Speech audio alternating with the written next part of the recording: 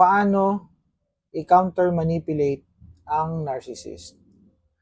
So itong tanong na ito ay galing kay Furmami1121. Kita nyo naman yan dyan, mababasa nyo. Sabi niya dito, paano sila i-counter manipulate? Is this possible? Haha, para masaya. Sabi niya. Sabi ko naman dito, nag-reply ako, mababasa nyo yan dyan, nope, not advisable na mag-counter manipulate. So, kung galit kayo, stress kayo, may stress response na nangyayari sa inyo because I know you are stressed for a very long time. So, galit kayo, kayo ay gustong gumante, nauunawaan ko ang inyong nararamdaman. But, hindi advisable talagang gumante or mag-counter manipulate. Why? Okay?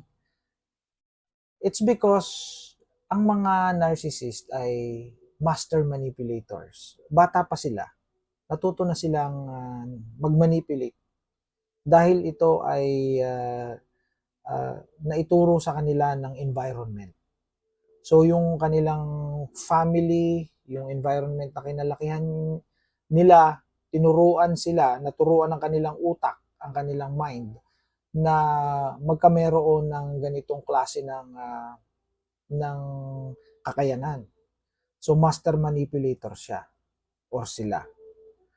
So imaginein mo, lalabanan mo ang isang master manipulator.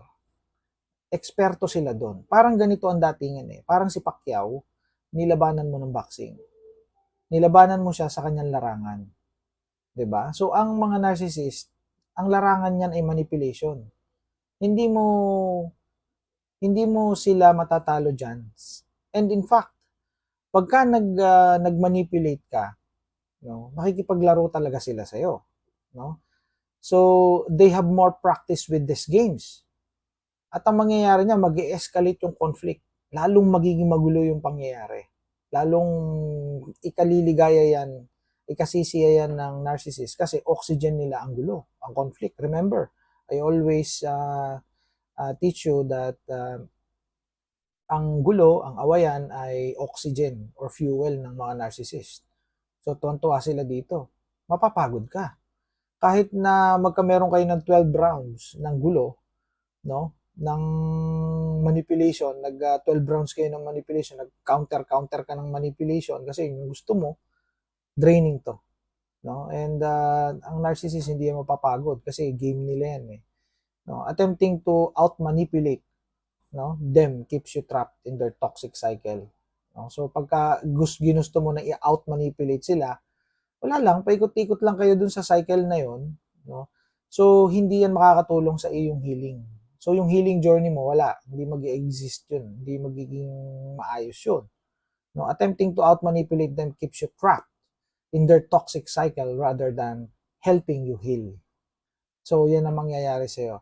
Alam nyo, ang pinaka-effective na strategy na lagi kong itinuturo is yung gray rock method. So ini-explain ko yung gray rock method lagi sa mga aking mga previous contents kung paano yan. So basically, it's becoming as boring and unreactive as possible hanggang sila'y mawalan ng interest. So gagawin mong boring yung usapan nyo, gagawin mong boring yung relasyon nyo, gagawin mong boring yung interaction nyo, yung pakikipag-interact mo sa kanya, and then yun na yun. Kakalas yan. So yun yung mas maganda dyan na gawin. Kesa kayo ay makipag-laban. It's not advisable. Hindi makakatulong ito sa iyong healing. And in fact, hindi ito magpo-provide ng peace, no? Ang hinahanap mo ay gulo. Pag kasi ikaw ay nanggaling sa ganitong relationship, you need to protect your peace. You need to protect your mental health. How can you protect your mental health kung makikipaglaro ka sa kanya? Sa sarili niyang laro. 'Di ba? So, that's it. And if you're looking for a book that will give you enough knowledge about narcissists, no? Because we believe that we are surrounded by narcissists, itong librong ito ni Thomas Erickson ang the best option. This is very affordable, less than 200, minsan less than 150. Pagka nagsasale, talagang makakatulong to. Life-changing to. If you are in a narcissistic relationship or galing ka sa narcissistic na